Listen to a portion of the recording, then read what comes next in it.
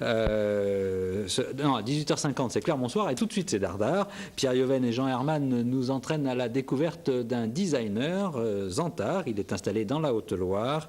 Il sculpte et il met en scène avec une passion, celle de la musique électronique, et avec une idée toujours présente dans sa tête, la récupération des rebuts de la société.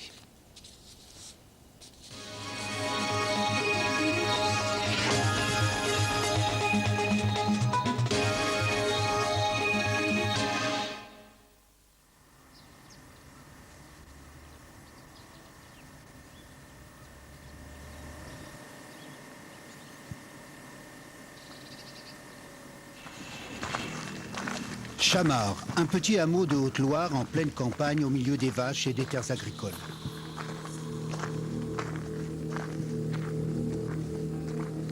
C'est dans cette ancienne ferme qu'il a créé son paradis et ses ateliers. Lui, c'est Zantar, un artiste pas comme les autres.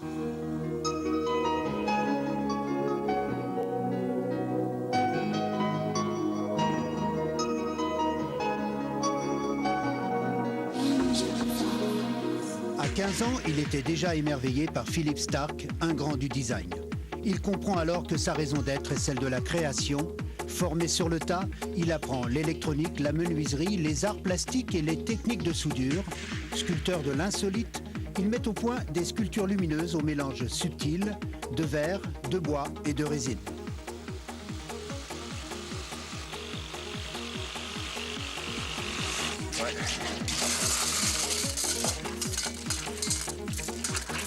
La bouteille de café. Un morceau.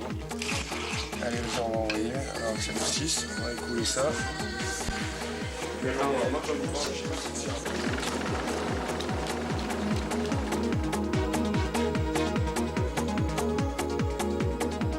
Je pense d'abord à forme. En premier lieu, c'est la forme, c'est le mouvement, la forme. Une fois que la forme est rentrée, après c'est au crayon. Par contre, je commence à mettre la forme sur papier. Et après, à intégrer l'électronique, l'assemblage, le montage, tout ça. Chez lui, l'art est partout, chaque pièce est unique et certifiée. Des années de travail et de recherche ont permis à cet artiste de maîtriser la matière qui lui permet d'imaginer, de composer et d'inventer.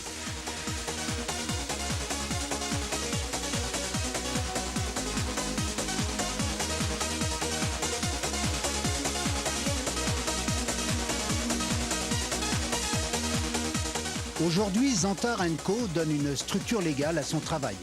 Particularité de l'association, la récupération des rebuts de la société, tout ce que l'on ne veut plus et que l'on retrouve dans les casses, comme en zone artisanale de Polignac, en Haute-Loire. Qu'est-ce que c'est ce truc, c'est un mélangeur, hein? Ici transitent 70 000 tonnes de déchets à trier provenant du public ou bien d'usines abandonnées.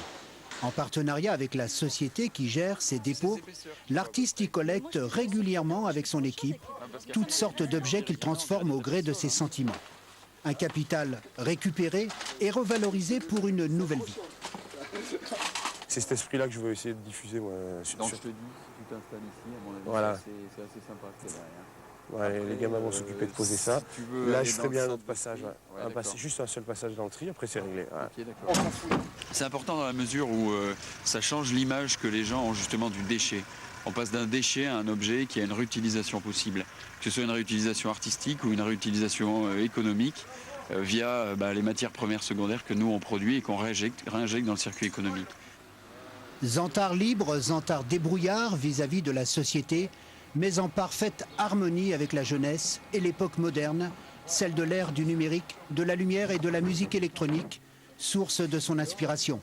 Tels ces podiums de danse qui font partie de ses nouveaux projets de développement. Tout a été fabriqué à base de la déchetterie, le bois en vient, les cols, les peintures, tout en vient. Tout vient d'ici. Et le départ de la création de ça, c'est surtout par rapport à la musique. C'est-à-dire que j'ai aussi un grand lien avec la musique, je ne crée pas sans musique. Donc évidemment, on s'est lancé à monter une scène totale, des consoles, podium de danse et un groupe, Zantar & Co.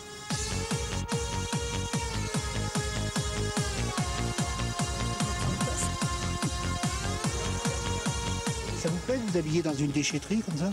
M'habiller dans une déchetterie, non, pas vraiment, mais je veux dire, on prend déjà des bases de recyclage, quoi. Et puis on les travaille, on les retravaille. Puis bon, ça donne une autre dimension, ça fait voir justement qu'il y a tout un tas de déchets, mais qu'à côté de ça, on peut construire quelque chose de beau et de magique.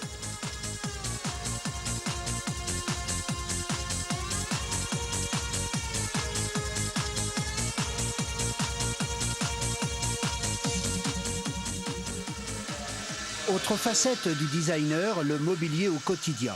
Une économie non négligeable pour les entreprises qui recherchent une autre esthétique dans leur production afin d'offrir au public ce qui n'existe pas ailleurs. Aujourd'hui, je pense que les gens ont envie de personnaliser un petit peu plus leur intérieur et cherchent quelque chose qui sorte un petit peu de ce qu'on voit partout. Voilà, donc, et puis comme c'est quelqu'un qui a des idées originales, aujourd'hui on essaye de voir au travers de ces diverses créations celles qu'on peut adapter à une commercialisation.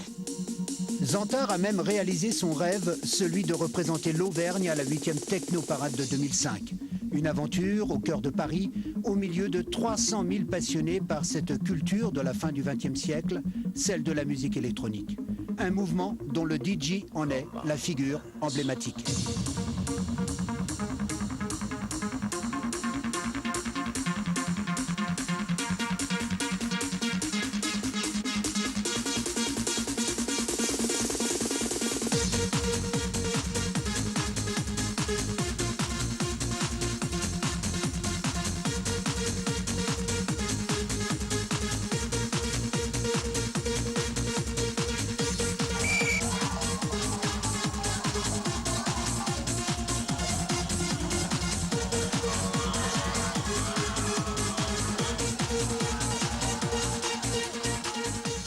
Compliqué, c'est qu'on est, dans les années 2000, c'est le cas de le dire, donc c'est encore une autre génération qui est là, et que oui, il y a une culture qui se développe, il y a une jeunesse qui existe, donc une mode qui est liée avec la musique, qui est liée avec les couleurs, qui est liée avec la mode vestimentaire, tout va ensemble.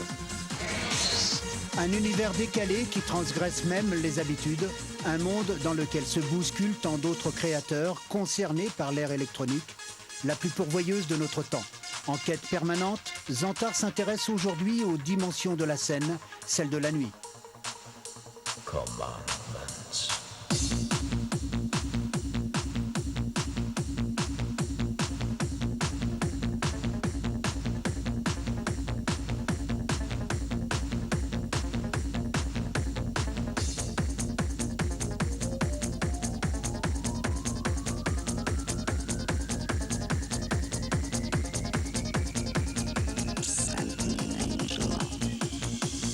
I am the Lord thy God. You shall have no other gods before me. You shall not make yourself any graven image. You shall not take the name of the Lord thy God in vain.